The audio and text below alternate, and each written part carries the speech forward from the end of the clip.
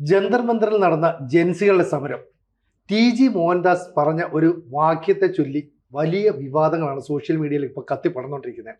ഞാനായിരുന്നെങ്കിൽ ഒഴിഞ്ഞു പോകാൻ അവരോട് ആവശ്യപ്പെടും, പിന്നെ വെടിവെച്ച് കൊല്ലും, ശവങ്ങൾ പെറുക്കി ആശുപത്രിയിൽ എത്തിക്കും.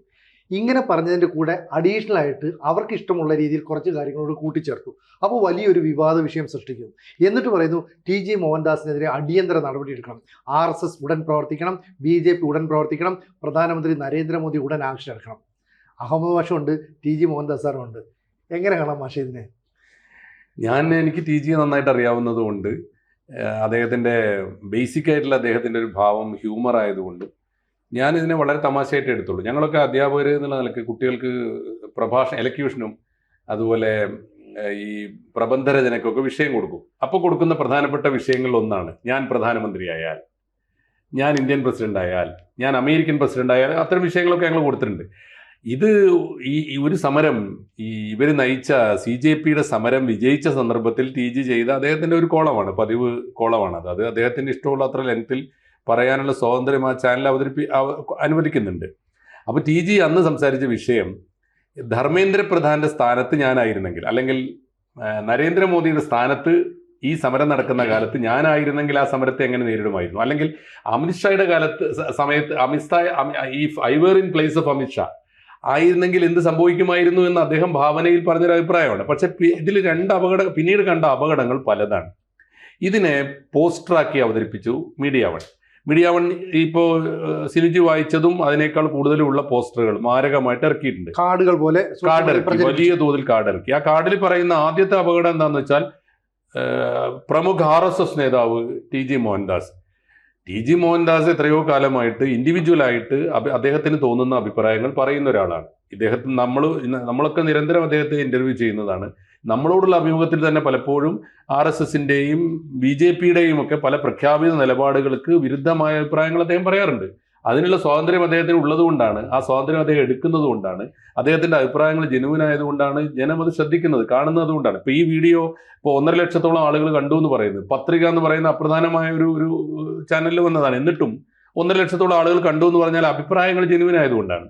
ഇതിൽ പക്ഷേ ഏറ്റവും ചുരുങ്ങിയത് BJPയുടെ ഏത് പദവിയാണ് ടി.ജി വഹിക്കുന്നത്, RSSന്റെ ഏത് പദവിയാണ് വഹിക്കുന്നത് എന്നാണ് അദ്ദേഹം BJPയുടെയോ RSSന്റെയോ നേതൃത്വത്തിൽ ഉണ്ടായിരുന്നത്. ഇനി അങ്ങനെയാണെങ്കിൽ മുൻ എന്നെങ്കിലും പറയണം, മുൻ RSS വക്താവ് എന്നോ RSSന്റെ ബൗദ്ധിക വിങ്ങിൽ വർക്ക് ചെയ്തിരുന്ന ആളെന്നോ പറയണം. ഒന്നും പറഞ്ഞിട്ടില്ല. ഇപ്പൊ നിലനിൽക്കുന്ന RSS, അങ്ങനെയാണെങ്കിൽ പ്രധാനപ്പെട്ട ഒരു ചോദ്യമുണ്ട്. ഇപ്പൊ നിലനിൽക്കുന്ന RSSന്റെ പ്രമുഖ RSS നേതാവ് ടി.ജി. മോഹൻദാസ് പറയുന്നു എന്ന് പറയുമ്പോൾ ആ പ്രസ്താവനയെ ഇവർ പിന്നെന്തിനാ അപലപിക്കുന്നത്? നിലവിലുള്ള RSSന്റെയും BJPയുടെയും നിലപാടിന് വിരുദ്ധമായിട്ടാണല്ലോ ടി.ജി ഈ ടോക്കിൽ സംസാരിച്ചിട്ടുള്ളത്. അങ്ങനെയാണെങ്കിൽ ആഘോഷിക്കല്ലേ വേണ്ടത്? ഇവരുടെയൊക്കെ മീഡിയ വണ്ണിന്റെയൊക്കെ നിലപാടനുസരിച്ച് ഇതാ മോദിക്കും RSSനും എതിരായിട്ട് ടി.ജി. മോഹൻദാസ് പോലും പറഞ്ഞിരിക്കുന്നു എന്നല്ലേ പറയേണ്ടത്? അപ്പൊ ആ നിലപാടിൽ തന്നെ ഒരു ഏറ്റത്താപ്പുണ്ട്. രണ്ടാമത്തെ കാര്യം, ടി.ജിയുടെ അഭിപ്രായത്തെ ഞാൻ അങ്ങനെ എടുത്താൽ മതി. ഇപ്പോ ഈ അമിത്ഷായുടെ സ്ഥാനത്ത് അല്ലെങ്കിൽ നരേന്ദ്രമോദിയുടെ സ്ഥാനത്ത് ഞാനായിരുന്നെങ്കിൽ ഈ സമരത്തെ എങ്ങനെ നേരിടുമായിരുന്നു എന്ന് ഭാവനയിൽ കാണാനും അഭിപ്രായം പറയാനും അദ്ദേഹത്തിന് സ്വാതന്ത്ര്യമുണ്ട്. മാത്രമല്ല, ആ നിലപാട് ശരിയോ തെറ്റോ എന്ന് വിമർശിക്കാൻ എല്ലാവർക്കും അവകാശമുണ്ടല്ലോ. അങ്ങനെ എടുത്താൽ പോരെ, ഒരാളുടെ അഭിപ്രായ സ്വാതന്ത്ര്യമായിട്ട് എടുത്താൽ പോരെ. ഒന്ന്, ഇനി ഇതിൽ അത്യന്തം ഹീനമായ ഒരു നിലപാട് ഞാൻ കണ്ടത്. ഞാൻ ആ പത്രികയിലെ പ്രഭാഷണം കേട്ടു. അതിനുശേഷം ഇതില് KK ഷാഹിന എന്ന മാധ്യമ പ്രവർത്തക, അവരുടെ ചരിത്രം കൊണ്ട് തന്നെ നമുക്കറിയാവുന്നതുപോലെ പേര് കേട്ട ഒരു ജിഹാദി മാധ്യമ പ്രവർത്തകയാണ്. അബ്ദുൽ നാസർ മഅദനിക്ക് വേണ്ടി ജിഹാദ് നടത്താൻ പോയി ആണ് വിവാദ നായികയാകുന്നത്. ഏഷ്യാനെറ്റിലുള്ള കാലത്തൊന്നും അവരെ അങ്ങനെ ഒരു റോളിലേക്ക് വന്നിട്ടില്ല. വളരെ എക്സ്ട്രീമായ ഒരു തരം ന്യൂനപക്ഷ വർഗീയതയുടെ പക്ഷത്ത് അതിനെ ന്യായീകരിച്ചു കൊണ്ടുവന്ന ഒരു മാധ്യമ പ്രവർത്തകയാണ്. എനിക്ക് തോന്നുന്നു അവരുടെ നിലപാട് ഇതിനകത്ത് നല്ല സമയത്ത് ടി.ജിയെ ടാർണിഷ് ചെയ്യാൻ, ടി.ജി ആ പ്രസംഗത്തിൽ ഒരിടത്തും പറഞ്ഞിട്ടില്ലാത്ത, ഇനി ടി.ജിയെ പോലെ ഒരാളെ അറിയുന്ന ഏതൊരാൾക്കും അദ്ദേഹം അത് പറയുകയില്ല എന്ന് ഉറപ്പുള്ള വളരെ ഭീകരമായൊരു നുണ KK ഷാഹിന പോസ്റ്റ് ചെയ്തിട്ടുണ്ട്. ഫേസ്ബുക്ക് അവരുടെ FBയിൽ പോസ്റ്റ് ചെയ്തിട്ടുണ്ട്. ആ പോസ്റ്റ് ഞാൻ 2 വരിയോളം ഞാൻ വായിക്കാം. വെടിവെച്ച് കൊല്ലണമെന്ന് മാത്രമല്ല, അത് നീ വായിച്ചല്ലോ, ഞാനായിരുന്നെങ്കിൽ ആ സമരക്കാരെ തോക്കുകൊണ്ട് നേരിടുമായിരുന്നു, ജന്തർ മന്ദറിനെ ക്ലീൻ ചെയ്യുമായിരുന്നു എന്നൊക്കെ പറഞ്ഞാണ്. അതിന്റെ കൂടെ ഷാഹിനെ ചേർത്ത് പറഞ്ഞിരിക്കുന്നത് വെടിവെച്ചു കൊല്ലണമെന്ന് മാത്രമല്ല അയാൾ പറഞ്ഞത്, സമരത്തിൽ പങ്കെടുക്കുന്ന സ്ത്രീകളെ ബലാത്സംഗം ചെയ്യണമെന്നും പറഞ്ഞിട്ടുണ്ട്. കേസെടുക്കുമോ UDF സർക്കാർ? പ്രിയപ്പെട്ടവരെ, ഇവനെതിരെ നടപടിയെടുക്കുന്നത് വരെ ഇതൊരു ക്യാമ്പയിനായി നമ്മൾ ഏറ്റെടുക്കണം എന്ന് രമേശ് ചെന്നിത്തലക്കും VD സതീശനും ഒക്കെ ടാഗ് ചെയ്തുകൊണ്ട് ഇട്ടിരിക്കുന്ന പോസ്റ്റാണ്. എവിടുന്നാണ് ഷാഹിനാക്ക് ഇത് കിട്ടിയത്? ഇപ്പൊ TG യുടെ സാന്നിധ്യത്തിൽ നമുക്ക് TG യുടെ കൂടി പ്രതികരണം അറിയണം തീർച്ചയായിട്ടും. പക്ഷേ ആരും കേട്ടിട്ടില്ലാത്ത, എവിടെയും കണ്ടിട്ടില്ലാത്ത ഒരു പ്രസ്താവന ഷാഹിനയുടേതായിട്ട് കൂട്ടിച്ചേർക്കുന്നതിന്റെ ഈ മാധ്യമ പ്രവർത്തനത്തിന്റെ ബേസ് എന്താണ്? അതാണല്ലോ. TG സ്വന്തം നിലപാടേ പറഞ്ഞുള്ളൂ. TG ആരുടെയും വക്താവല്ല. അല്ല, ഒരു സീരിയസ് ആയ കാര്യം പറയുന്നതിനിടയ്ക്ക് ഹ്യൂമർ സെൻസ് ഉണ്ടാകുക എന്നുള്ളത് തെറ്റാണോ? അതല്ല, TG എപ്പോഴും സംസാരിക്കുമ്പോൾ വളരെ സീരിയസ് ആയിട്ട് കാര്യങ്ങൾ പറയുമ്പോഴും കുറച്ച് തമാശ രൂപേണ ചില കാര്യങ്ങൾ പറയും. അതിനെ ആ രീതിയിൽ കാണാതെ അതിനെ ഒരു വർഗീയ വിഷയം എന്നുള്ള രീതിയിൽ ചിത്രീകരിക്കാൻ കുറെ പേർ ടാർഗറ്റ് ചെയ്ത് നിൽക്കുന്നു മാത്രമല്ല, ഇത് കൃത്യമായി TGയെ ടാർഗറ്റ് ചെയ്യുന്നു മാത്രമല്ല, TGയെ അപകടപ്പെടുത്തുന്നു, TGയെ അറസ്റ്റ് ചെയ്യിക്കണം, TGക്കെതിരായി കേസെടുക്കണം എന്ന് അത് നല്ല സമയം നോക്കി BJP പോലും ചെയ്യാത്ത ഒരു കാര്യം ഡൽഹിയിലെ സമരത്തോട് ചെയ്യണമായിരുന്നു, ആ സമരക്കാരെ വെടിവെച്ചു കൊല്ലണമായിരുന്നു എന്ന് TG പറഞ്ഞു. സമരത്തിന് വന്ന പെൺകുട്ടികളെ ബലാത്സംഗം ചെയ്യണമായിരുന്നു എന്ന് TG പറഞ്ഞു എന്ന് പറഞ്ഞിട്ട് കേരള ഗവൺമെന്റിന്, ആഭ്യന്തര വകുപ്പ് മന്ത്രിക്ക്, മുഖ്യമന്ത്രിക്ക് ടാഗ് ചെയ്തുകൊണ്ട് ഒരു ഫേസ്ബുക്ക് പോസ്റ്റ് ഇടുക എന്ന് പറഞ്ഞാൽ എവിടെ നിന്ന് കിട്ടി ഷാഹിനാക്ക് ഈ വിവരം എന്ന് നമുക്കറിയാൻ തീർച്ചയായിട്ടും താല്പര്യമുണ്ട്. അത് വെളിപ്പെടുത്തേണ്ടത് TG എന്ത് പറഞ്ഞു എന്ന് TG പറയും, ബാക്കി ഷാഹിനെ കൂടി വെളിപ്പെടുത്തേണ്ടതുണ്ട്. ഈ കേസിൽ ഷാഹിനയെ തീർച്ചയായിട്ടും കേരളം പിന്തുടരേണ്ടതുണ്ട്, ചോദ്യം ചെയ്യേണ്ടതുണ്ട്. അവരെ സത്യത്തിൽ ഈ മാതിരി നുണപ്രചാരണത്തിന്റെ പേരിൽ വിചാരണ ചെയ്യേണ്ടതുണ്ട്. TG പറയൂ പ്ലീസ്. സാർ, ഞാനേ മിനിഞ്ഞാന്ന് ചെയ്ത വീഡിയോ ആണ്, 31 മിനിറ്റ് ഉണ്ട്. ആ വീഡിയോ ഇപ്പോൾ ഓർമ്മയിൽ നിന്ന് കൃത്യമായിട്ട് എടുത്ത് പറയാൻ എനിക്ക് സാധിക്കില്ല. അത് കേട്ട് നോക്കുക എന്ന് എനിക്ക് പറയാം. ഞാൻ പറഞ്ഞതിൽ ക്ഷോഭമുള്ളവരുണ്ടാവാം, സ്വാഭാവികമാണ്. ഈ എതിരഭിപ്രായം, ഇഷ്ടമില്ലാത്ത അഭിപ്രായം കേൾക്കുമ്പോൾ ദേഷ്യം വരുന്ന സ്വഭാവക്കാരാണ് കൂടുതൽ. അത് മനുഷ്യൻ്റെ ഒരു ബേസിക് ട്രെയ്റ്റാണ്. പെട്ടെന്ന് നമുക്ക് ദേഷ്യം വരും. നമ്മളൊക്കെ ചെയ്യുന്ന ആ ദേഷ്യം അങ്ങ് അടക്കുക. കാരണം ചിലതൊക്കെ വായിച്ചു കഴിയുമ്പോൾ നമുക്ക് ഇങ്ങനെ തോന്നും, പിന്നെ നമ്മൾ വിടും. ബട്ട് ചിലർ അപ്പം തന്നെ, ഈ മലയാളികളുടെ പൊതുവെ അവർക്ക് ഏറ്റവും കയ്യിൽ കിട്ടുന്നത് ഫേസ്ബുക്കാണ്. ഉടനെ അതിലങ്ങോട്ട് തട്ടിവിടും. പിന്നെ അജണ്ടയുള്ളവരുണ്ട്, മീഡിയ വൺ, റിപ്പോർട്ടർ ചാനൽ, ഇവരൊക്കെ കാർഡ് ഇറക്കി. ഒരു പക്ഷേ അവർക്ക് ഞാനൊരു സൈക്കോളജിക്കൽ ട്രബിളായി തീർന്നിട്ടുണ്ട് ഇപ്പോഴെല്ലാം, കുറേ കാലമായിട്ട്. ബിക്കോസ് അവരെയും ഞാൻ ചിലപ്പോൾ ട്രോളറൊക്കെയുണ്ട്, തമാശ മട്ടിലും ചിലപ്പോൾ സീരിയസ് ആയിട്ട്. ഇപ്പോൾ റിപ്പോർട്ടർ ചാനലിൻ്റെ സാറ് നോക്ക്, സാബു ജേക്കബ് റിപ്പോർട്ടർ ചാനലിനെതിരെ ഹൈക്കോടതിയിൽ കേസ് കൊടുത്തു. അവരുടെ ഓണേഴ്സ് അവരല്ല, അതുകൊണ്ട് ലൈസൻസ് ക്യാൻസൽ ചെയ്യണം എന്നൊക്കെ പറഞ്ഞിട്ടായിരുന്നു കേസ്. ഇത് കോടതിയിൽ വന്നു കഴിഞ്ഞപ്പോൾ കേന്ദ്ര സർക്കാർ ത്രൂ അവരുടെ വക്കീൽ സത്യവാങ്മൂലം കൊടുത്തു, ഇവരുടെ ഓണർഷിപ്പ് ശരിയല്ല, അതുകൊണ്ട് ഇവരുടെ സെക്യൂരിറ്റി ക്ലിയറൻസ് ഞങ്ങൾ വിഡ്രോ ചെയ്തു. കോടതി പറഞ്ഞു, സെക്യൂരിറ്റി ക്ലിയറൻസ് വിഡ്രോ ചെയ്തു, ശരി, ഒരു കാര്യം ചെയ്യും, 2 മാസത്തിനുള്ളിൽ ഈ സാബു ജേക്കബ് കേന്ദ്രത്തിനും ഒരു റെപ്രസെൻറ്റേഷൻ കൊടുത്തിരുന്നു, അതിലൊരു തീരുമാനം എടുക്കുമെന്നൊക്കെ പറഞ്ഞ് തീർപ്പാക്കി എന്നാണ് പത്രത്തിൽ വന്നത്. ഞാൻ കോടതി രേഖകൾ കണ്ടിട്ടില്ല, പത്രത്തിൽ എങ്ങനെയാണ്. അപ്പോൾ എനിക്ക് അത്ഭുതം തോന്നി, സെക്യൂരിറ്റി ക്ലിയറൻസ് ഇല്ലാതെ ഈ ചാനൽ വർക്ക് ചെയ്യുന്നത് എങ്ങനെയാണ്? What sort of administration it is? കേന്ദ്ര സർക്കാർ കോടതിയിൽ പറയുന്നു ഈ ചാനലിന് സെക്യൂരിറ്റി ക്ലിയറൻസ് ഇല്ലെങ്കിൽ ആ സെക്കൻഡിൽ ആ ചാനൽ ഓഫ് ചെയ്യണ്ടേ, ഓഫ് ചെയ്തിട്ടുമില്ല, അത് എയറിൽ നിൽക്കുന്നു. ഞാനിതിന് 2 or 3 തവണ എന്തൊരു തമാശ എന്ന് പറഞ്ഞ് കളിയാക്കിയിട്ടുണ്ട്. വലിയ ഇരുമ്പാണ് എന്നൊക്കെ പറയുന്ന കേന്ദ്ര സർക്കാർ സെക്യൂരിറ്റി ക്ലിയറൻസ് ഇല്ല എന്ന് ഹൈക്കോടതിയിൽ എഴുതി കൊടുക്കുന്നു. ചാനൽ ഇതൊന്നും അറിയാത്ത സുഖമായിട്ട് പോകും. Sabu Jacob is a very big fighter. ഞാനും ഒരു പൊതു താല്പര്യ ഹർജിക്കാരനായിരുന്നു വർഷങ്ങൾക്ക് മുമ്പ്. പിന്നീട് ഞാൻ ഓരോ കാരണങ്ങൾ കൊണ്ട് അത് നിർത്തി. എന്നേക്കാളൊക്കെ വലിയ ആളാണ് സാബു ജേക്കബ്. ബട്ട് അദ്ദേഹവും പിന്നീട് പ്രൊസീഡ് ചെയ്തതായിട്ട് കാണുന്നില്ല. ഇതിലൊരു തമാശ സാറിന് കാണാൻ പറ്റുന്നില്ല. It's a joke on us the public. അപ്പോൾ ഇതുപോലെ ഒരുപാട് കാര്യങ്ങൾക്ക് ഞാൻ റിപ്പോർട്ടർ ചാനലിനെ കളിയാക്കാറുണ്ട്, മീഡിയ വണ്ണിനെ കളിയാക്കാറുണ്ട്. പക്ഷേ ഒരിക്കലും ഞാൻ ഈ ഇരട്ടപ്പേര് അതൊന്നും ഉപയോഗിക്കാറില്ല കേട്ടോ. ഈ അഡ്വക്കേറ്റ് ജയശങ്കർ ഇട്ട പേരാണ് അടുപ്പ് കൂട്ടി ചർച്ച. ശരിയാണ്. അത് ഒരുപാട് പേരെ ആവർത്തിക്കുന്നുണ്ട്. പക്ഷെ ഞാൻ ഇന്ന് വരെ അത് ചെയ്തില്ല. ബിക്കോസ് എനിക്ക് തോന്നി അതൊരു എനിക്ക് പറ്റിയ ഉപമയല്ല എന്ന് തോന്നി ഞാനത് ചെയ്തു. എന്ന് വെച്ച് ജയശങ്കർ ചെയ്യുന്നതിനോട് എനിക്ക് എതിർപ്പൊന്നുമില്ല. അദ്ദേഹത്തിൻ്റെ സ്വാതന്ത്ര്യമുണ്ട്. അത് ചെയ്യാതിരിക്കാൻ എനിക്കൊരു ഓരോരുത്തരുടെ ട്രെയ്റ്റ് അനുസരിച്ച് ഓരോരുത്തർ വാക്കുകൾ ഉപയോഗിക്കുന്നു. അപ്പോൾ ഇവർക്കൊക്കെ ഒരു പക്ഷേ അതിൻ്റെ പേരിൽ ഒരു ദേഷ്യമൊക്കെ ഉണ്ടായി എന്ന് വരാം, ഒരു തക്കം പാർത്തിരുന്നു എന്ന് വരാം. ഒരു കാര്യം ഈ മൊത്തം സാധനത്തിൽ നിന്ന് എനിക്ക് മനസ്സിലായി, ഈ പറയുന്ന പോലെ ധർമ്മേന്ദ്ര പ്രധാൻ രാജിവെച്ചത് ഇവരുടെ ഒരു വലിയ പരാജയമായി പോയി. ഈ പറഞ്ഞ ശക്തികൾക്ക് സമരക്കാരുടെ ഏറ്റവും വലിയ പരാജയമാണ് ധർമ്മേന്ദ്ര പ്രധാൻ രാജിവെച്ചത്. നിരാശയിലും വിഷമത്തിലും ഒക്കെ കഴിയുന്നവർക്ക് എൻ്റെ വീഡിയോ അതിൻ്റെ പുറത്ത് അടുത്ത ആണിയായിരുന്നു. ഞാനൊരു സോഫ്റ്റ് ടാർഗറ്റ് ആയതുകൊണ്ട് എല്ലാവരും എൻ്റെ നേർക്ക് they cannot do anything against Modi. മോദിക്ക് അഗൻസ്റ്റ് അവർക്ക് ചെയ്യാവുന്ന മാക്സിമം അവർ ചെയ്തു. ജന്തർ മന്ദർ വരെ പോയി. And that failed. അവർ നോക്കുമ്പോൾ അവരുടെ ഉള്ളിൽ ചമ്മലായിപ്പോയി. മോദിയെ സപ്പോർട്ട് ചെയ്യുന്നവരോ, അത് ആ വീഡിയോയുടെ തുടക്കത്തിൽ തന്നെ ഞാൻ പറയുന്നുണ്ട്, മോശമായി, എന്ത് പരിപാടിയാണ്. ഇതാണ് മോദിയെ സപ്പോർട്ട് ചെയ്യുന്നവരുടെ മനസ്സിൽ ആദ്യം വന്നത്. വിട്ടുകളഞ്ഞില്ലേ. ഈ വടംവലിയിൽ മോദി നോക്കിക്കഴിഞ്ഞപ്പോൾ ഈ വടം അങ്ങോട്ട് വിട്ടുകൊടുത്താലോ, വിട്ടുകൊടുത്തു.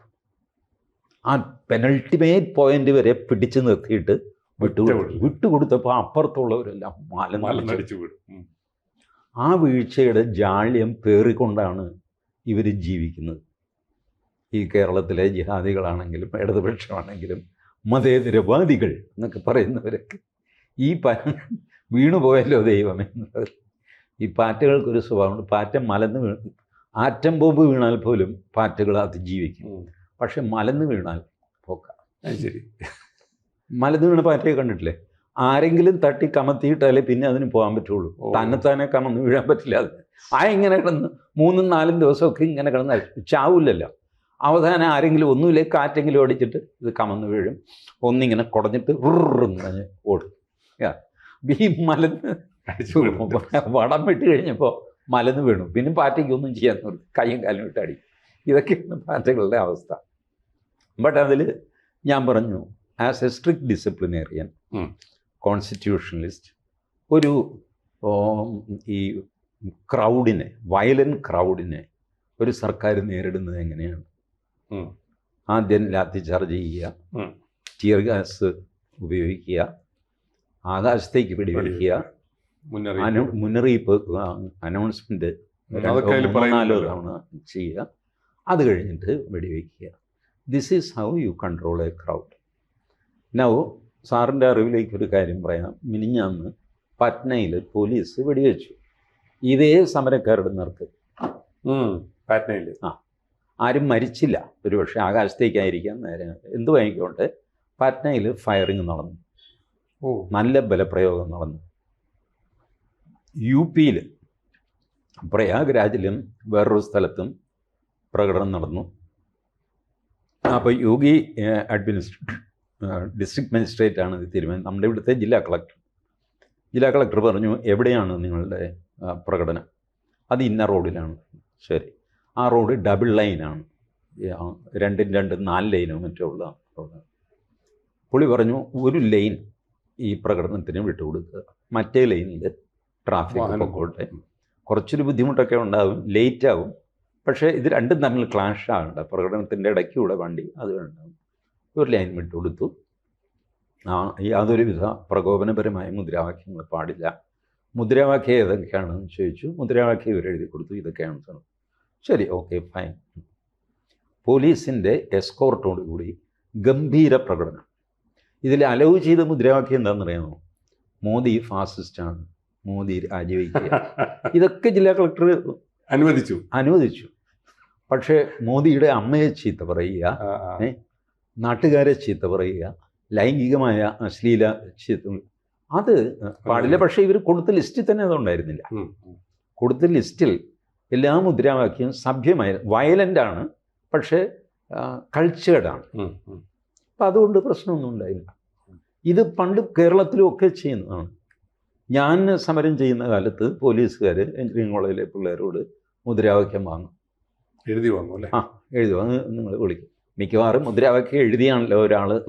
ബാക്കിയുള്ളവർ ആ പഴയ കാലത്ത് വലിയ അക്ഷരശുദ്ധിയൊന്നും ഇല്ലാത്തതുകൊണ്ട് ആൾക്കാർ അങ്ങനെ തന്നെ ഇങ്ങനെയാണ് പറഞ്ഞുകൊണ്ട്, കാരണം വേറെ എന്തോ കോംപ്ലിക്കേറ്റഡ് കാര്യങ്ങളാണ് ഇയാൾ പറയുന്നത്, അത് ഇവർക്ക് ഉച്ചരിക്കാൻ പറ്റില്ല. അപ്പം അങ്ങനെ തന്നെ സിന്ദാബാദ് എന്നൊക്കെ പറഞ്ഞു.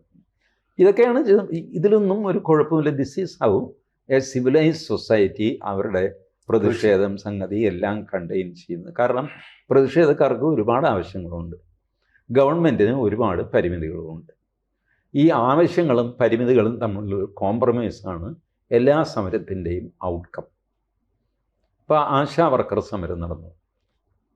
പിണറായി വിജയൻ ആശാവർക്കും പൈസ കൂട്ടി കൊടുക്കുന്നില്ല എന്ന് തീരുമാനിച്ചു. അതായിരുന്നു അദ്ദേഹത്തിൻ്റെ കൺക്ലൂഷൻ. അതിൽ ആ 10 പൈസ കൊടുക്കാൻ പറ്റില്ല. വി ഡി സതീശൻ വന്നപ്പോഴോ he was more incline to this side. അതുകൊണ്ട് ഇവർക്ക് എന്തെങ്കിലും കൊടുക്കണമല്ലോ. അപ്പോൾ ചീഫ് സെക്രട്ടറിയോട് പറഞ്ഞു, ഇടോ കൊടുക്കാൻ ആലോചിക്കും. കൊടുക്കില്ല എന്ന് പറയാൻ എല്ലാവർക്കും പറ്റും. എന്തെങ്കിലും കൊടുക്കാൻ പറ്റും. ഒരു 3000 രൂപ കൊടുക്കാൻ സാറേ. ശരിയാ, അത് കൊടുക്കും. This is another solution. ഇതുപോലെ ഒരു പ്രശ്നത്തിന് പലവിധ സൊല്യൂഷൻസ് ഉണ്ട്. അപ്പോൾ ഇത് സമരക്കാർ മനസ്സിലാക്കുന്നില്ല. അവർ ബ്ലാക്ക് ആൻഡ് വൈറ്റ് ആയിട്ട് തോൽവി ജയം ഇങ്ങനെ കാണുന്നു. മോദിയെ സപ്പോർട്ട് ചെയ്യുന്നവരും തോൽവി ജയം എന്ന് കാണുന്നവരുണ്ട്. അപ്പം ഞാൻ ഈ 2 കൂട്ടരെയും മുന്നിൽ കണ്ടിട്ടാണ് ബേസിക്കലി മറ്റവരെ ഞാൻ അവഗണിച്ചു.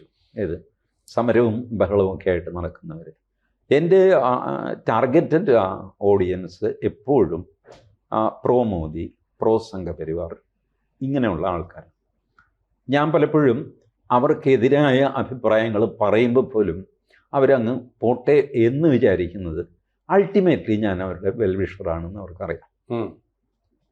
I am very close to their ideology, I support them. But ചില സമയത്തൊക്കെ ചില കാര്യങ്ങൾ എനിക്ക് പിടിക്കുന്നില്ല, അത് ഞാൻ പറയാറുണ്ട്. അപ്പോൾ അവരും വിചാരിക്കുന്നു കാർന്നൊരു പോട്ടെ എന്ന് പറഞ്ഞിട്ട് അവരും വിടുന്നു, പൊറുക്കും. വെച്ചാൽ ലൂസ്ലി ഒരു കാറ്റഗറിയാണ് ഈ റൈറ്റ് വിങ് എന്ന് പറയുന്നത്. ഒരു ബ്രദർഹുഡാണ്. അതിനകത്ത് ചില്ലറ അഭിപ്രായ വ്യത്യാസങ്ങൾ അത് ഇത് അങ്ങോട്ടൊക്കെ ഉണ്ടാവാം. ബട്ട് ലാർജ്ലി അതൊരു ബ്രദർഹുഡാണ്. ഇങ്ങനെയാണ് അത് പ്രവർത്തിക്കുന്നത്. സോ ഞാൻ കമ്മ്യൂണിക്കേറ്റ് ചെയ്യുന്നത് എൻ്റെ ബ്രദർഹുഡുമായിട്ടാണ്. ഓഫ് കോഴ്സ് ബാക്കിയുള്ളവരത് കാണും, അവർക്കത് ഇഷ്ടപ്പെടുകയില്ല, അവർ ബഹളം വയ്ക്കും. അവരുടെ ബഹളത്തെ ഞാൻ മാനിക്കുന്നു. പിന്നെ ഈ തെറി ചീത്ത ഇല്ലാത്തതൊക്കെ പറയുക. സാറിന് അറിയാം, കുറച്ചു കാലം മുമ്പ് പിണറായി വിജയൻ്റെ കാലത്താണ് ആരിഫ് മുഹമ്മദ് ഖാൻ ഉള്ളപ്പോൾ പിണറായി വിജയൻ ഒരു ഓർഡിനൻസ് കൊണ്ടുവന്നു, കേരള പോലീസ് ആക്ട്. അതിൽ ഭേദഗതി വരുത്തി 118A എന്ന് പറഞ്ഞിട്ടൊരു വകുപ്പ്. ആ വകുപ്പനുസരിച്ച് ഈ പറഞ്ഞ ഒരു യൂട്യൂബ് വീഡിയോയോ ഫേസ്ബുക്ക് പോസ്റ്റോ ആർക്കും ഒന്നും ചെയ്യാൻ പറ്റില്ല. പോലീസിന് സ്വമേധയാ കേസെടുക്കാം. സോഷ്യൽ മീഡിയയിൽ തെറി പറഞ്ഞുകൂടാ. ഇതൊക്കെയാണ്. നമ്മളൊരു വീഡിയോ ഉണ്ടാക്കുന്നത് കുറ്റം, അത് പ്രചരിപ്പിക്കുന്നത് കുറ്റം. ഈ പ്രചരിപ്പിക്കുക എന്ന് പറഞ്ഞാൽ നമ്മുടെ വീഡിയോ പ്രചരിപ്പിക്കുന്നത് നമ്മളാണോ യൂട്യൂബാണോ? ഉണ്ടാക്കുന്നത് നമ്മൾ, പ്രചരിപ്പിക്കുന്നത് യൂട്യൂബാണ്. ഇല്ലേ? യൂട്യൂബാണ് ഇത് ഷെയർ ചെയ്ത് മാത്രമല്ല ഇത് കാണുന്നവർ അവരറിയാതെ തന്നെ യൂട്യൂബിൻ്റെ അൽഗോരിതത്തെ സ്വാധീനിക്കുകയും കൂടുതൽ പേരിൽ ഇത് എത്തിക്കുകയും ഒക്കെ ചെയ്യും. ഇതാണ്. അപ്പം ഇതിൻ്റെയും കുറ്റം നമ്മുടെയാണ് എന്നാണ് ആക്റ്റിൽ പറയുന്നത്. ഞാനിത് പാടില്ല, ഓർഡിനൻസാക്കി ഇറക്കാൻ പോവാണ്. ഞാൻ ഗവർണറെ ചെന്ന് കണ്ടു, ആരിഫ് മുഹമ്മദ് ഖാൻ. ഞാൻ പറഞ്ഞു, സാർ ഇത് ഒപ്പിടരുത്. പുള്ളി എന്നോട് തർക്കം പറഞ്ഞു. ഞാൻ കംപ്ലീറ്റ് പഴയ സുപ്രീം കോടതി വിധിയൊക്കെ ആയിട്ടാണ്. 45 minutes ഐ ആർഗ്യൂ വിത്ത്. എന്നോട് പറഞ്ഞു, യു ആർഗ്യൂ വിത്ത് മീ എന്ന് പറഞ്ഞ് താടിക്ക് കൈയും കൊടുത്ത് ഇങ്ങനെ 45 minutes എനിക്ക് തന്നു. ശാന്തമായിട്ടിരുന്നു ആ മനുഷ്യൻ, ഇൻറ്ററപ്റ്റ് ചെയ്യാതെ. ഞാനിത് പറഞ്ഞു ശരി എന്നൊക്കെ പറഞ്ഞ് ഒരു ഫോട്ടോയും ഒക്കെ എടുത്ത് അത് ഫേസ്ബുക്കിലും ഒക്കെ ഇട്ട് ഞാൻ പിരിഞ്ഞു. പുള്ളി അത് ഒപ്പിട്ടു. ഞാൻ ശരി, നമ്മൾ പറഞ്ഞാൽ ഗവർണർ കേൾക്കണമെന്നൊന്നുമില്ല. കേട്ടത് തന്നെ വലിയ ഭാഗ്യം. ഗിവിങ് ആൻ ഓഡിയൻസ് എന്ന് പറയുന്നത് തന്നെ വലിയൊരു ഗ്രേസ് ആണ്. അതിൽ കൂടെ ഒരു ഗവർണർ ഞാൻ പറയുന്ന പോലെ ചെയ്യണമെന്ന് ഞാൻ പ്രതീക്ഷിക്കാൻ പാടില്ല. ശരിയാ, അത് വലിയ കോലാഹലമായി. ഇതിൻ്റെ ഡേഞ്ചർ കേരളത്തിലെ ഇടതുപക്ഷങ്ങൾക്ക് മനസ്സിലായില്ല. കാരണം പിണറായി വിജയൻ ആയതുകൊണ്ട് അവർ മിണ്ടാതിരുന്നു. മാധ്യമങ്ങളും വിചാരിച്ചു ഇത് സോഷ്യൽ മീഡിയയ്ക്കുള്ളതാണ്, മെയിൻ സ്ട്രീം മീഡിയ അഫക്റ്റ് ചെയ്യില്ല. മാധ്യമങ്ങളെല്ലാം സ്വാഗതം ചെയ്തു ഈ സാധനത്തെ. ബട്ട് അവിടെ ഈ വിവരങ്ങൾ അറിഞ്ഞപ്പോൾ, വടക്കോട്ട് വിവരം അറിഞ്ഞു കഴിഞ്ഞപ്പോൾ പ്രശാന്ത് ഭൂഷണാണ് ആദ്യം കയറി ഉടക്കിയത്. പ്രശാന്ത് ഭൂഷൺ പറഞ്ഞു ഇത് ഫ്രീഡം ഓഫ് എക്സ്പ്രഷൻ്റെ ലംഘനമാണ്, വാട്ട് നോൺ സെൻസിറ്റീസ് എന്ന് പറഞ്ഞാൽ അങ്ങേര് ട്വീറ്റ് ചെയ്തു. അങ്ങേര് ട്വീറ്റ് ചെയ്ത് കഴിഞ്ഞപ്പോൾ ആ എക്കോസിസ്റ്റം മുഴുവൻ ഈ പ്രശാന്ത് ഭൂഷൺ, കപിൽ സിബൽ, വൃന്ദ ഗ്രോവർ, വൃന്ദ കാരാട്ട്, പ്രകാശ് കാരാട്ട്, സീതാറാം യെച്ചൂരി, ഇതൊക്കെ ഒരു ഐഡിയോളജിക്കലി ഒരു ഗാങ്ങാണ്. പല പാർട്ടിയിലൊക്കെയാണ്, പക്ഷേ ഐഡിയോളജിക്കലി എല്ലാവരും ചൂടായി. യെച്ചൂരി ചൂടായി. യെച്ചൂരിക്കൊന്നും ചെയ്യാൻ പറ്റില്ല. പിണറായി വിജയൻ തുറച്ചു നോക്കിക്കഴിഞ്ഞാൽ യെച്ചൂരിക്ക് ബട്ട് ഈ പ്രശ്നം വലിയ ക്യാമ്പയിനായി കഴിഞ്ഞപ്പോൾ ഫൈനലി പാർട്ടി തീരുമാനിച്ചു അത് പിൻവലിക്കാം. ഓർഡിനൻസ് പിൻവലിച്ചുകൊണ്ടുള്ള ഓർഡിനൻസ് ഇറങ്ങി. അതും ആരിഫ് മുഹമ്മദ് ഖാൻ ഒപ്പിട്ടു. സോ ഞാൻ ബേസിക്കലി അന്ന് എന്നെ ചർച്ചയ്ക്ക് ദയവായി വിളിക്കുന്ന കാലമാണ്. അന്ന് ഈ മീഡിയ വണ്ണിൽ തന്നെ, അന്ന് മീഡിയ വണ്ണിൽ അഭിലാഷ് മോഹനുണ്ട്. അഭിലാഷ് മോഹൻ എന്നെ വിളിച്ച് ആ ചർച്ചയിൽ ചോദിച്ചു ഇതെന്താണ് സംഭവം. ഞാൻ പറഞ്ഞു അഭിലാഷ്, ഞാനൊരു ഫേസ്ബുക്ക് പോസ്റ്റോ യൂട്യൂബ് വീഡിയോയോ ചെയ്യുന്നു, അതിന് തൊട്ട് താഴെ താൻ ചത്തില്ലേടോ കിളവ എന്ന് ചോദിക്കാൻ ഒരാൾക്ക് അവകാശമുണ്ട്. ഇഷ്ടംപോലെ വരുന്നുണ്ട്. ഇന്ന് കഞ്ചാവ് കൂട്ടിയിട്ടാണോ കത്തിച്ചത് എന്ന് ചോദിക്കാൻ ഒരാൾക്ക് അവകാശമുണ്ട്. യൂട്യൂബിൻ്റെയോ ഫേസ്ബുക്കിൻ്റെയോ കമ്മ്യൂണിറ്റി ഗൈഡ് ലൈൻസ് പ്രകാരം അവരെടുത്ത് കളഞ്ഞില്ലെങ്കിൽ എന്ത് അശ്ലീലമോ തെറ്റോ തെറിയോ എൻ്റെ വീഡിയോയുടെയോ ഫേസ്ബുക്ക് പോസ്റ്റിൻ്റെയോ കീഴിൽ നിങ്ങൾക്ക് എഴുതാൻ നിങ്ങൾക്ക് അവകാശമുണ്ട്. അവരെടുത്ത് കളഞ്ഞാൽ ഞാൻ ഉത്തരവാദിയല്ല, ഞാനായിട്ടെടുത്ത് കളയില്ല. കാരണം നിങ്ങൾ ഈ ചീത്ത എന്നെ വിളിക്കുന്നതിൽ നിന്ന് എനിക്ക് പ്രത്യേകിച്ചൊന്നും പറ്റുന്നില്ല. പക്ഷേ നിങ്ങളെപ്പറ്റി നിങ്ങൾ ഒരുപാട് കാര്യങ്ങൾ പറയുന്നുണ്ട്, നിങ്ങളെ എനിക്ക് മനസ്സിലാവുന്നുണ്ട്. ഇത്രയേ ഉള്ളൂ. നിങ്ങൾ എക്സ്പോസ്ഡായി. You are not informing anything about me, but you are informing everything about you. അതാണ് ചീത്തവിളിയുടെ. സോ ഞാൻ പറഞ്ഞു ഈ TV ചർച്ചയിലൊക്കെയുള്ള ചതുരവടിവിലുള്ള അച്ചടി ഭാഷയിലുള്ള സംസാരമല്ല പൊതുസമൂഹത്തിലുള്ളത്. ഇനി അഥവാ അങ്ങനെ ഒരു ധാരണയുണ്ടെങ്കിൽ അത് മാറ്റണം. കേരളീയ പൊതുസമൂഹം നാക്കെടുത്താൽ തെറി പറയുന്നവരാണ്. Let us accept that. നമ്മൾ അത്ര വലിയ കൾച്ചറുടെ ആൾക്കാരൊന്നും അല്ല. തെറി പറയുന്നു, പറയാത്തവർ പറയുന്നില്ലെന്നേ ഉള്ളൂ, പറയുന്നവർ പറഞ്ഞോട്ടെ, അവർക്ക് അതിനുള്ള സ്വാതന്ത്ര്യം കൊടുക്കും. അതിൽ സ്റ്റേറ്റ് കയറി ഇടപെടും. ഈ അഭിപ്രായക്കാരനാണ് ഞാൻ. അതുകൊണ്ട് ആളുകൾ ഉപയോഗിക്കുന്ന വാക്കിനെ ചൊല്ലിയൊന്നും ഞാനത് മൈൻഡ് ചെയ്യാറൊന്നുമില്ല. Okay, it is there freedom. ഇയാളെ കൊല്ലണം. ഏറ്റവും കൂടുതൽ ഞാൻ കണ്ടിട്ടുള്ളത്, ഇപ്പോൾ ഈ വീഡിയോയുടെ കാര്യത്തിലല്ല, ജനറലി ഞാൻ കണ്ടിട്ടുള്ളത് ഈ വയസ്സായി ഇയാൾ ചത്തില്ല എന്നൊരു പരാതി. വലിയ തെറിയത്. അപ്പം ഞാൻ ഇങ്ങനെ വിചാരിക്കും, ഇപ്പോൾ ചാവാത്ത ആളിനെ എന്താ ചെയ്യുക? ഒന്ന് നിങ്ങൾക്ക് കൊല്ലാം, അത് പിന്നെ ക്രിമിനൽ കേസും കൊണ്ടൊക്കെയാവും. പിന്നെ ചെയ്യാവുന്നത് ദൈവത്തോട് പ്രാർത്ഥിക്കുക, ഇയാളെ വേഗം മേലോട്ട്. അങ്ങനെ ചെയ്യുന്നവരുണ്ട് കേട്ടോ. ആളുകൾ പലവിധമാണ്. ഈ അങ്ങനെ എഴുതുന്നവരിൽ പലരും ഉണ്ടല്ലോ, ദേ ഡോണ്ട് മീൻ ദാറ്റ്. മനസ്സിലായി? അത് നമ്മുടെ പാരമ്പര്യത്തിലുണ്ടല്ലോ അല്ലേ? കാലൻ വന്ന് വിളിച്ചിട്ടും പോവാത്തെന്താ കോവാല AKG കുറിച്ചാ അങ്ങനെയൊക്കെ ചെയ്യുന്നു. അത് സാരമില്ല, അതൊന്നും ഗൗരവമായിട്ട് എടുക്കേണ്ട കാര്യം. പക്ഷേ ഉള്ളി തിങ് ഈ 30-31 മിനിറ്റുള്ള വീഡിയോ, ഇപ്പോൾ സാർ എന്ത് പറഞ്ഞു കഴിഞ്ഞാലും ഈ വീഡിയോ മുഴുവൻ കേട്ടിട്ട് ഒരഭിപ്രായം ആരും എഴുതില്ല. പറയുന്ന ശീലവുമില്ല, സ്വഭാവമില്ല. ആകെ ചെയ്യുന്നത് സിനിജി പറഞ്ഞത് വെച്ചിട്ട്, സിനിജി എന്താ ചെയ്യുന്നത്, സിനിജി എൻ്റെ വീഡിയോ ആദ്യത്തെ ഒരു 2.5 മിനിറ്റ് കണ്ടിട്ടുണ്ട്, പിന്നെ കുറേ ഓടിച്ചു, വെടിവെക്കും എന്ന് പറഞ്ഞുകൊണ്ട്. അപ്പോൾ ആ കിട്ടി. അത്രയും നോക്കിയിട്ട് സിനിജി ഒരു കാർഡ് ഉണ്ടാക്കി. സാറത് കാർഡ് വായിച്ച് ഞാൻ ഷെയർ ചെയ്യും. അത് കഴിഞ്ഞ് സാറിനോട് ആരെങ്കിലും ചോദിക്കുമ്പോൾ സാറ് പറയും എനിക്കറിയില്ല, സിനിജി ഇട്ട് ഞാനത് അതിൽ കമൻറ്റ് ചെയ്തേ ഉള്ളൂ, ഞാൻ വീഡിയോ ഒന്നും കണ്ടിട്ടില്ല. അല്ല, ഇതൊക്കെ സ്വാഭാവികമായിട്ട് ഇപ്പോൾ TGക്കെതിരായിട്ട് മീഡിയ വണ്ണിനെ പോലെയുള്ള ഒരു ചാനൽ ചെയ്തില്ലെങ്കിലേ അത്ഭുതമുള്ളൂ, നോർമൽ. പക്ഷേ ഷാഹിനായി ചേർത്തത് എവിടുന്നാ? എന്താ അതിൻ്റെ ന്യായം? അല്ല, ഷാഹിനയോട് ആരെങ്കിലും പറഞ്ഞു കാണും, ഐ നോ ഷാഹിന. ഓ, അവരങ്ങനെ ഒരു ഇതിൽ പലരെയും എനിക്കറിയാം. ഇങ്ങനെ ചെയ്യുന്ന ഒരാളുടെ ഈ സോക്കോൾഡ് പേര് കേട്ട മാധ്യമ പ്രവർത്തകയാണല്ലോ. ഇങ്ങനെ ചെയ്യുന്ന ഒരാളുടെ ഇപ്പൊ നേരിട്ട് ടി ജിയുടെ ഒരേ കാലത്ത് നേരിട്ട് വളരെ അടുത്തറിയാവുന്ന ഒരേ നഗരത്തിൽ താമസിക്കുന്ന ഒരു മാധ്യമ പ്രവർത്തക ഇങ്ങനെ ബേസ്ലെസ് ആയ ഒരു പച്ചക്കള്ളം ടി ജിയുടെ പേരിൽ എഴുതി ചേർത്ത് മാധ്യമങ്ങളിലൂടെ പ്രചരിപ്പിക്കുമ്പോൾ, എന്നിട്ട് അദ്ദേഹത്തെ അറസ്റ്റ് ചെയ്യണമെന്ന് ആവശ്യപ്പെടുമ്പോൾ ഈ മാധ്യമ പ്രവർത്തകയുടെ വിശ്വാസ്യതയുടെ ഒരു സ്ഥിതി എന്താ?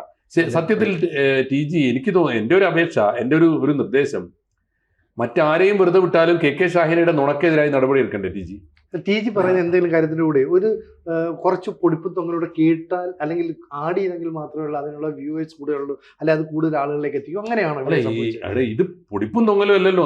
അല്ല, അതായത് അതിന്റെ ഒരു ടി ജിയുടെ മനുഷ്യപ്പറ്റ്, ടി ജിയുടെ മനുഷ്യത്വം, ഹ്യൂമർ സെൻസ് നമ്മൾ നന്നായി ആസ്വദിക്കുന്ന ടി ജി, അത് നമുക്കൊരു അലങ്കാര.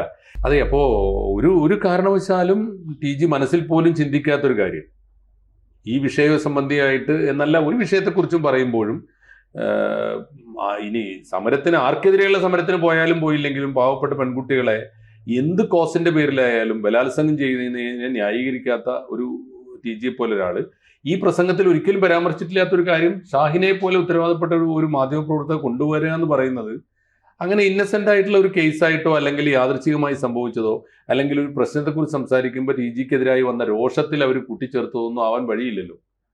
സാറേ, ഇത് അങ്ങനെയല്ല.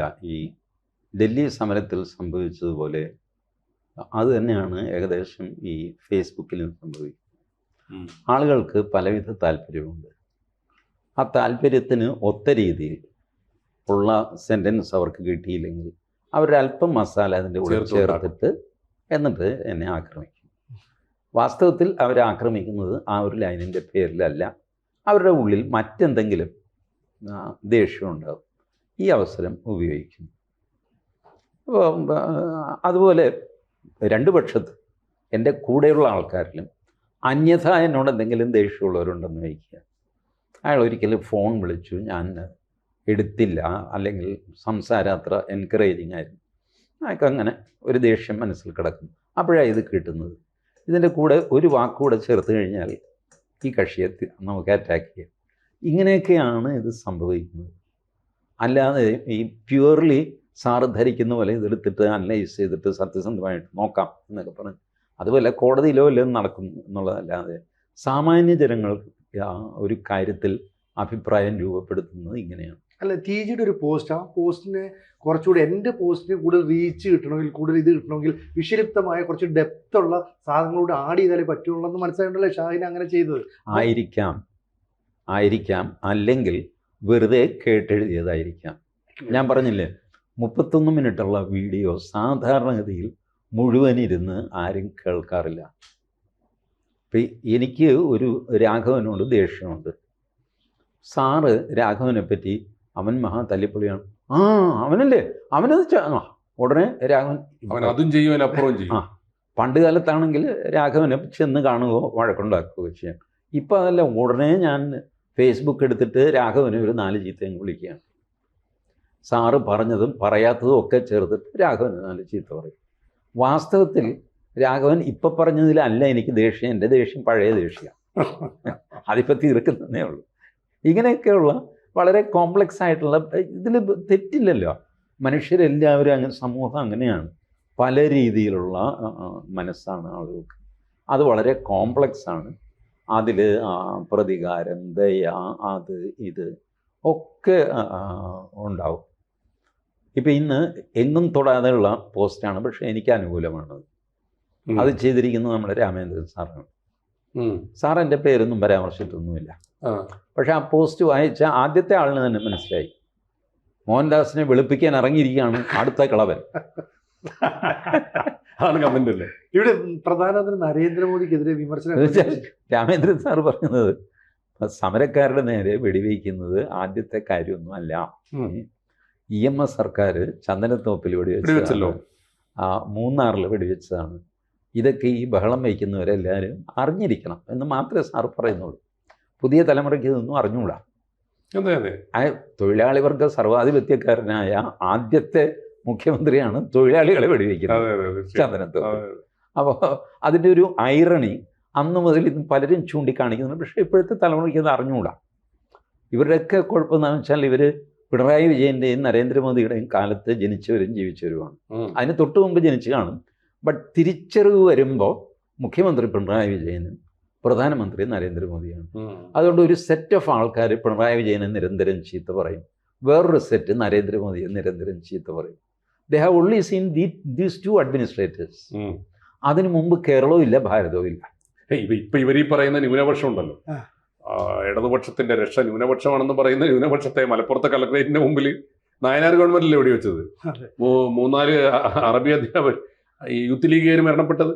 സമരത്തില് വെടിവെപ്പില്ലാത്ത ചരിത്രമുണ്ടോ? അല്ല, ഈ മോദിയെ മോശം കമന്റ് പറഞ്ഞ 2 സ്ത്രീകൾ അവർ പിന്നീട് അയ്യോ അത് പറഞ്ഞ് തെറ്റായിപ്പോയി എന്ന് പറഞ്ഞു. എന്ന് പറഞ്ഞാൽ ടി ജിക്ക് ഇപ്പോൾ അങ്ങനെ പറയണ്ടായിരുന്നു, അത്ര ഒരു പരാമർശം വേണ്ടായിരുന്നു, അങ്ങനെ തോന്നുന്നു?